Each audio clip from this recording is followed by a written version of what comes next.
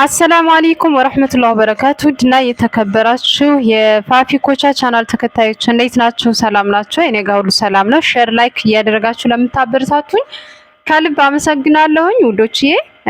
ትላንትና በሰራሁት ቪዲዮ አንዲት እህቴ ምን ላድርግ የሚል ጥያቄ ያው የተጻፈውንም ነግራችኋለሁ ማለት ነው እና ፋፊዬ ያው በዚሁ ሀሳብ እናንተም ትሰጡበታላችሁ ብዬ ተስፋ አድርጋለሁኝ። አንዳንድ ሀሳብ ያው ብዙ ኮሜንት በነገራችን ላይ ተጽፎላታል እዛች ላይ ማለት ነው እና ወደ ኮሜንቱ ጋር ከመሄደ በፊት ይሄንን ቪዲዮ ሼር አድርጉልኝ፣ ላይክ አድርጉልኝ። ሁላችሁም ቤተሰብ ያልሆናችሁ ደግሞ የደወል ምልክቱን እየነካችሁ ቤተሰብ ሆኑኝ ማለት ነው።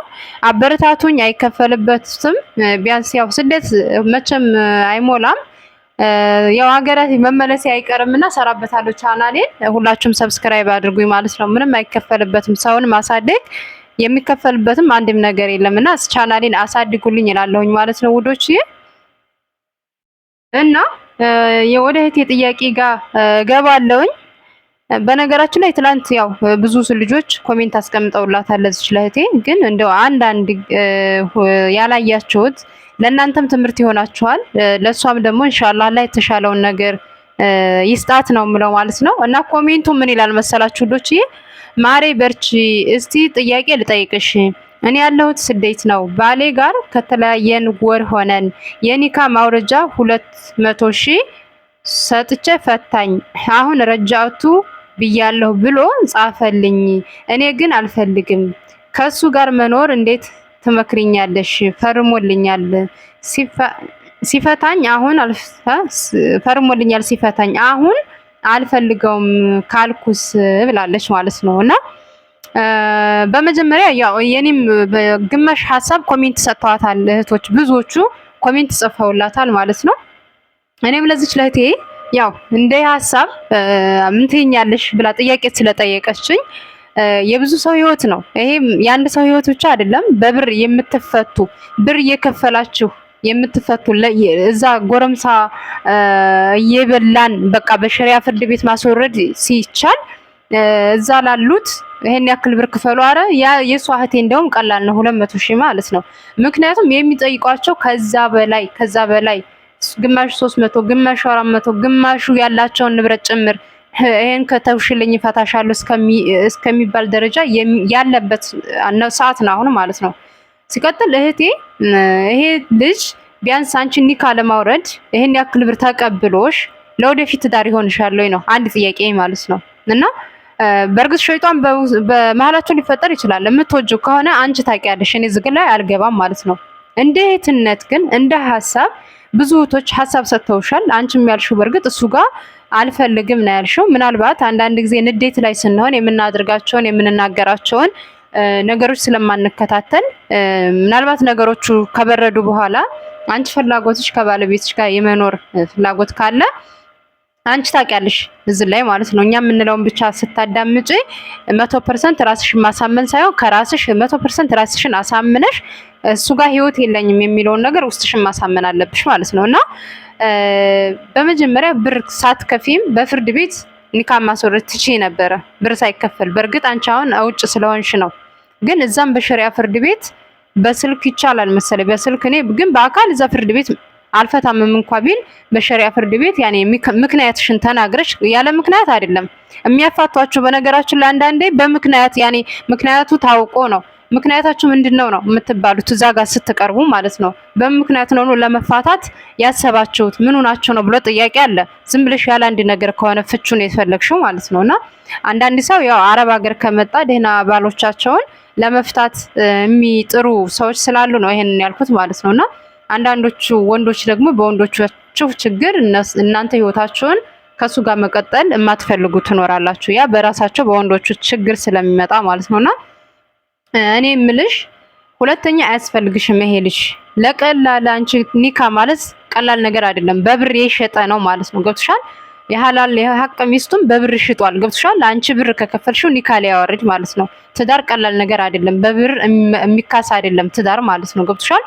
እሱ ቢያንስ ካንቺ ጋር መኖር ፍላጎት ቢኖረው አንቺ ፍታኝ እንኳን ራሱ ብትዩ እኔ ተናድጄ ባሌን በንዴት ላይ እንኳን ሁኜ ራሱ ፍታኝ ስለው ምን እንደሚለው ታውቂያለሽ? ጥሎኝ ነው የሚወጣው ማለት ነው። እንደዛ ስለሆንኳ ማለት ነው። ያው ትዳር ውስጥ መጋጨት አለ ምን አለ ማለት ነው። እኔ ለምን ምላሽ እንኳን አልሰጠኝም ብዬ እናደዳለሁ ማለት ነው። ስለዚህ ኒካን በብር የቀየረ ሰው ላንቺ ለወደፊትሽ ትዳር አይሆንሽም። ሲቀጥል ደግሞ አሁን እንማለስ ረጃቱ ቢልሽ 200 ሺህ ጨርሶ ነው የጨረሰ ጊዜ ነው። በብር እንትን ብሎ አይደለ አንቺን ቢያንስ እንኳን አልፈታሽም እኔ ብርን ብትሰጪኝ አልፈታሽም።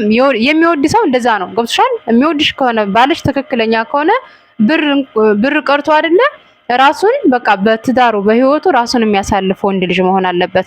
በትዳሩ የማይደራደር መሆን አለበት። ስለዚህ ይሄ ልጅ ነገ ጧትም ከአንቺ ጋር የመኖር እንትኑ አነስተኛ ነው ብዬን የምለው ማለት ነውና ረጃቱ ቢል በሸሪያ ወይም ደግሞ ኡስታዞችን ጠይቄ እንደዛ ማለት ይችላሉ። ፈርሞልኛል፣ ብር ተቀብሎኛል። ይሄንን ኡስታዞችንም በደንብ ያኔ እንትን የሚልሽ አንቺን የሚያግድሽ ከሆነ ደግሞ ፈርሟል። ይፈርመ ነገር ይሄ ኡስታዞችም ጋር የሚያስጠይቅም አይደለም። ይሄ ያለቀለት ጉዳይ ነው ሲጀመር። ምንም አንቺ ጋር የሚያገናኘው ነገር የለም። አንቺም የራስሽን ህይወት በሌላ መንገድ የምትቀጥሊ እሱም የራሱን ህይወት በሌላ መንገድ የሚቀጥል እንጂ እናንተ ሁለታችሁ በዚሁ በፊቱ እንትን ባላችሁት ረጃቱ ብሎ አንቺን ማሰር አይችልም። በመቀጠል ደግሞ ላንቺ የተሻለ ማብራሪያ ኡስታዞችንም ጠይቂ። ምክንያቱም በራሱ እጅ ፈርሞ የኒካ ብር ተቀብሎሽ አስቢ። እንግዲህ እኔ የገረመኝ ይሄን ያክል ብር ክፈሉ፣ ይሄን ያክል ብር ካልከፈልሽ ኒካ እናዋርድም። ኸይር ኢንሻአላህ ፍርድ ቤት ሸሪዓ ፍርድ ቤት ሀገሬ ስገባ ሂጂ ሸሪዓ ፍርድ ቤት ኒካዬን አስወርዳለሁ። ገብቷችኋል? ቢያንስ እንኳን ምንድነው አብራችሁ የሰራችሁት ነገር ካለ ይወስዳል፣ ይካፈላል እኩል ማለት ነው። አብረሽ የሰራሽው ነገር ከሌለ ብርሽን ብቻ ካያሽ ማለት ነው አንቺ እዛ እንደዚህም ሳደርግ ስራም አልነበረኝም እንደዚህ ብዙውን አልሰራም ታያለሽ። ሲቀጥል ደግሞ እሱም አገር ላይ ሆኖ ምንድነው ያፈራው? እሺ ያለችኝን እችን እና ሴቶች ብልጥ መሆን አለባችሁ። ውስጣችን የዋህ እንደ አይነት ችግር ላይ ጥሩ ትዳር ላይ ያለውን ሰው አይደለም እንደ አይነት ነገሮች ላይ ገብቷችኋል። ለራሳችሁ በማሰብ ይሄን ያክል እኔ አልሰራሁም ይሄን ያክል አመት እንደዚህ በስራ በማጣት በተለያዩ ነገሮች ወደ ራሴን ብር አጠፋለሁኝ እንደዚህ ምክንያቶችን አብዝታችሁ ምንድነው የምታደርጉት? ያላችሁን መቶም ትሆን ያችን እካፈላለሁ እንኳን ካለ እሱም የሰራውን እኔ እዛ ያለሁኝ ይሄን ያህል አመት ስኖር ያፈራውን ንብረት እሱስ ምንድነው እሱም ያካፍለኝ። በቃ አሁን የሀቅ እንትን ካለ በእንዲህ አይነት መንገድ ነው መሄድ ያለባችሁ ማለት ነው። ይሄን ስታደርጉ ሰው ያስፈልጋቸዋል ማለት ነውና እህቴ ያንቺ ያበቃ ነገር ነው። ብሩን ጨርሶ ነው 200 ሺህ ብሩን ሲጨርስ ነው እንደገና ረጃቱ የሚልሽ። እኔ እኮ ሱብሃንአላህ እኔ በጣም ነው የሚገርመኝ ትዳር በብር የሚቀየርበት ጊዜ ወላሂ በብር የሚቀየርበት ጊዜ አሁን ላይ ሳስበውማ አንዳንዶቹ ወንዶች ብር ስጠኝና ሚስትህን ጋር ትሄድ ቢል የሚፈቅዱ ነው የሚመስለኝ። ወላሂ ላዚም ነው የምላችሁ። በጣም ከብር ማስፈለጣቸውን የተነሳ ማለት ነው። ትዳር እኮ ወላሂ ከባድ ነገር ነው፣ በጣም ከባድ ነገር ነው። እውነቴን ነው የምላችሁ፣ ወላሂ ላዚም ነው የምላችሁ። እኛ እንደ ቀላል እናየዋለን እንጂ ትዳር በጣም ትልቅ ነገር ነው ከምነግራችሁ በላይ ማለት ነው። ግን እኛ አሁን ላይ አይመስለንም። ስንናደድም ይሁን በነገሮችም ይሁን ከራሴው ጭምር ማለት ነው እንደ ቀላል አድርገን እናየዋለን እንጂ ትዳር ከባድ ነው። ልክ ስንጋባው ቀላል ሆኖ ካለ ልክስ እንደዚህ አይነት ቤት ምንድነው ቤት ማፍረስ መገንባት እንጂ ማፍረስ ነው የሚባል ቀላል ነው የሚባል ነገር አለ። ማፍረስ ቀላል ብቻ አይደለም፣ ያኔ ቀላል ብቻ አይደለም። መገንባትም እንደዛው እንደሆነ ትዳርንም ስታፈርሱት በጣም ከባድ ነው። እኛ አቅልለን ስለምናየው ነው እንጂ ማለት ነው። ገብቷችኋል? ልላችሁ የቻልኩት ቤትን መገንባት እንጂ ማፍረስ ቀላል ነው ይባላል። ነገር ግን ማፍረስም ከባድ ነው። ትዳር ትልቅ ነገር ስለሆነ ማለት ነው። ገብቷችኋል? እና በተለይ ብዙ ነገር ከሱ ጋር የሚያገናኛችሁ ንብረታችሁ ጋር ብዙ ነገር ካለ ገብቷችኋል፣ ብዙ ደረጃ ያዳርሳል ማለት ነው። ስለዚህ እህቴ አያስፈልግሽም። በእርግጥ ብዙ ኮሜንቶች ጽፈውልሻል እዚህ ጋር ማለት ነው። አረ አልመለስም ውዴ፣ ግን በህግ ያገኘኛል እንዴ ማለት ነው እንጂ ጥያቄ ፈርሞ ስለሆነ ይኸውልሽ፣ ይሄ መልስ አሁን አላየሁትም ነበር ውዴ፣ አሁን አየሁት። ፈርሞ ስለፈተሽ አይመለከተውም። ፈርሟል እኮ ፈርሞ እስከሆነ ድረስ ምንም አያገናኝሽም። ተፈርሟል ኦልሬዲ ማለት ነው።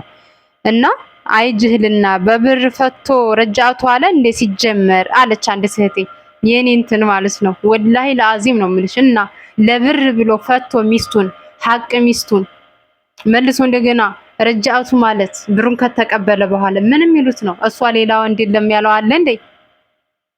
ሱብሃንአላህ 200 ሺህ ከፍለሽ ነው እንደገና በህግ ያገኘሽ 200 ብር ከፍለሽ ነው እንደገና በህግ ያገኘኛል እንደ የምትይው ብላለች አንዲት እህቴ ማለት ነው። እና ከዛ ቀጥሎ ደግሞ ረጃቱ ስላለ ብዬ ነው ውዴ እንጂ 200 ሺህ ከፍዬ ፈርሞልኝ በቤተሰብ ፊት አለች። ከዛ እሙ አስማ ደግሞ ጅልነሽ ሸሪዓ ፍርድ ቤት አትፈችም ነበር እንዴ 200 ሺህ ትሰጫለሽ መገን የኢትዮ ወንዶች አለ። ልክ ነሽ። አዎ በፍርድ ቤት ሲጀመር ኒካን ማሰንት ማለት ትችል ነበረ ማለት ነው። በነገራችን ላይ ፍርድ ቤት ያቀርቧችኋል። ያው እሷ አረብ ሀገር ስለሆነች ነው እንጂ ፍርድ ቤት ኒካ እንትን ሲል ፍርድ ቤት ነው። ፍርድ ቤት ያቀርባሉ። እሱንም እንዲቀርብ ትዕዛዝ ይሰጠዋል ማለት ነው። ያው ከሌለ እሱ ከሌለ አልቀርብም ካለ ነው እንጂ በግዴታ እሱ እምቢ ካለ ነው ግዴታ መቅረብ አለበት እሱ ማለት ነው። ችግራቸው ታይቶ ነው ኒካ የሚወርደው። ነገር ግን እሱ አልቀርብም እንዴት ነው ብሎ አንጾ እምቢ ካለ ኦልሬዲ ኒካ ይወርዳል ማለት ነው። ያኔ ፍርድ ቤት ሸሪዓ ፍርድ ቤት ያወርድላታል ማለት ነው። ከዛ እሙ አማር ምን አለኝ ብሩን ተቀብሎ ነው እንዴ ረጃቱ የሚልሽ? ሆ ሲቀጥል ብር አትክፈሉ ሀባይብ ለመስማማት ሞክሩ። ካልተሆናችሁ በነፃ ሸሪዓ ፍርድ ቤት ክፍት ነው። ከሀገር ውጭ ከሆናችሁ ተረጋጉ። አገር ስገቡ ኒካ አስወርዱ። እየለፋችሁ ለምን ትሰጣላችሁ? ሳሂ ትክክል እሙ አማር ማለት ነው። እኔም ለህቴ ይሄን ነው የምለው። አሁን ላይ ብር እየተከፈለ እንደ ስንቶቹ ይበላሉ። ወላሂ ባሌ እኮ ይሄን ያክል ብር ክፈይና ልፍታሽ አለኝ። ባሌ እኮ ይሄን ያክል ንብረት ነበረ እኔም በእኔ ወደኔ እንዳትጠይቅኝ ይሄ ወደኔ ይሆንና ኒካሽ ላውርድልሽ አለኝ። በነገራችን ላይ እኔ ሳስባችሁ አሁን ብር እየከፈላችሁ የምትፈቱ ሰዎች ማለት ነው ወላሂ ላዚም እዚህ ሌላ ህይወት ለመቀጠል ስትፈልጉ ቶሎ ከሱ ጋር ለመላቀቅ ስትፈልጉ ይሄን ከሆነ እየሰራችሁ ያላችሁት ወላሂ ተሳስታችኋል። ልንገራችሁ ማለት ነው። እዚህም ያለው ወንድ ያው ናቸው። ምንም እንዳትሸወዱ። እዛ ያሉትን ወንዶች እንደገና በዚህ ስትመጡ ሌላ ለማግባት ኒካ አውርድልን ስትሉ እምቢ ስሏችሁ ብር ከፍላችሁ ኒካችሁን ለማስወረድ አትጣሩ። እዚህስ ያለው ምን ዋስትና አለው? እዚህስ ያለው ምን ዋስትና አለው ለእናንተ? ስለዚህ በእንደዚህ አይነት መንገድ የምትሄዱ ሰዎች እህቴ አንቺን አይደለም ምናልባት አንዳንድ ልጆች ይኖራሉ ከሀገር ከወጡ በኋላ እዚህ ጠፍተው ሲሰሩ ሌላ ወንድ ለማግባት እዛ ያሉትን ኒካ አውርዱልን ሲሉ አይ ይሄን ያክል ብር ካላመጣሽ ኒካያን አላወርድም ሲላቸው ብር እየሰጡ ኒካቸውን የሚያስወርዱ ልጆች ስላሉ ነው ማለት ነውና እህቴ ምንም አያገኝሽም። እኔ በጥቅሉ አሁን ማለት ነው አንደኛ ፈርሟል ብለሽኛል። ስለፈረመ በህግም በምንም በሸሪያ ፍርድ በሸሪያም ምንድነው ብሄድም አያገኝም። አንደኛ እስከ ስንት ቀን ነው ረጃቱ ማለት ነው? እስከ ስንት ወር ነው? ገደብ እኮ አለ ረጃቱ ማለት የሚችለው። አንቺ እኮ ኦልሬዲ ፈርሟልም እኮ ራሱ የፈረመበት ጉዳይ ስለሆነ ያለቀው ጉዳይ ስለሆነ በቃ እንትን አይልም አይመለከተውም። ረጃቱ ቢልም ደግሞ አንቺ በፍቃደኝነት ስትመለሽ እንጂ በፍቃደኝነት አንቺ ካልተመለሽ እሱ እንደዛ ስላለ ነገ ጧት ደግሞ ፍታይ ስትየው 500 ሺህ ክፈይ ሊልሽ ማለት ነው። እና ትዳር መጫወቻ አይደለም። እንደዚህ የሚሏችሁን ወንዶች በብር የሚያስገድቡ ወንዶች ሲጀምር ለትዳር አይሆኑም። በእርግጥ ሸይጣን እኮ ብዙ ነገር ሊያስብል ይችላል፣ ግን ብሩን ከተቀበለ በኋላ እንደገና ረጃቱ የሚባል ታሪክ የለም። በቃ በዛው ህይወቱን ይኖርበት፣ ህይወቱን ይቀጥልበት። አንቺ አይመለከትሽም። አንቺ ሌላ ህይወት መጀመር ነው ያለብሽ ማለት ነው። ለዚች ለህቴ እናንተም ብዙ አስተያየት መስጠት ትችላላችሁ። ብዙ ኮሜንቶች አሉ ለሱ አስተያየት ይሰጣችሁ ማለት ነው ወንዶች። እና ቪዲዮውን ሼር አድርጉ፣ ላይክ አድርጉ። ስለኔ መምጣት ደግሞ ብዙ ልጆች ያልሰማችሁ አሁን ሰሞኑን ደግሞ እቺ ልጅ መጣች እንደ የምትሉ ልጆች አላችሁ። በሌላ ቪዲዮ ጠብቁኝ። ይሄን ቪዲዮ ሼር ላይክ አድርጉልኝ፣ አበረታቱኝ። እንደዚህ ሀሳብ ጥያቄ እንደዚህ እርስ በራሳችን ኮኔክት ስንሆን አንዱ የሚያውቀውን ከብዙዎቻችን ሀሳብ ስንቀያየር ብዙ ኢንፎርሜሽን ስለምናገኝ ሼር አድርጉልኝ ይሄንን ቪዲዮ ማለት ነው። ጥያቄ ካላችሁ አስቀምጡልኝ። አሰላሙ አለይኩም ወራህመቱላሂ